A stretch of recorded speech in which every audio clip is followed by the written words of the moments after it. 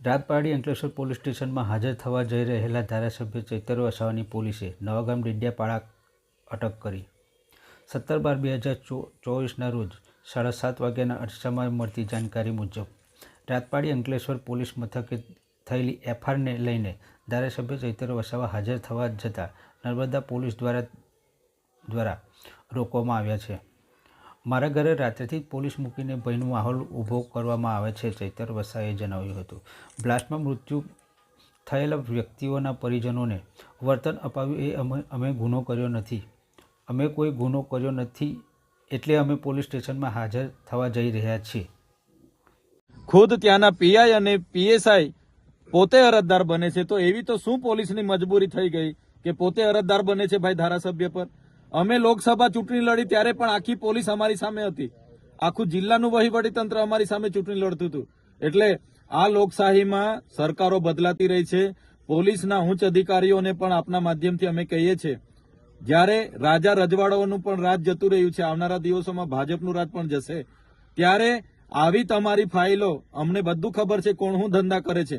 એટલે આ હપ્તાખોરી હોય કે એજન્ટ બનવાની સિસ્ટમ પોલીસ બંધ કરે, નહીં તો આવનારા દિવસો પણ આવશે। પોલીસ અધિકારીઓ ઉચ્ચ અધિકારી રિટાયર થઈને ઘરે બેઠા હશે ને, ત્યાંથી પણ ફાઇલો ખુલશે ને ત્યાંથી પણ કોર્ટ કચેરીમાં ફરતા કરી દઈશું। એટલે અમે કહેવા માંગીએ છીએ, એક ધારાસભ્યના ઘરે રાત્રે પોલીસ મૂકી દે, ભયનો માહોલ પેદા કરે, તો શું અમારા અધિકારો નથી, અમારો અવાજ નથી? એટલે આ ભાજપના રાજ્યમાં તાનાશાહી એટલા હદે ચાલે છે। અંગ્રેજો વખતે પણ જે આપણા સ્વતંત્ર સેનાનીઓએ પદયાત્રાઓ કરી હતી, પગપાળા યાત્રાઓ કરી હતી, આંદોલનો કર્યા હતા, ત્યારે પણ આવી એફઆઈઆરો નથી થઈ।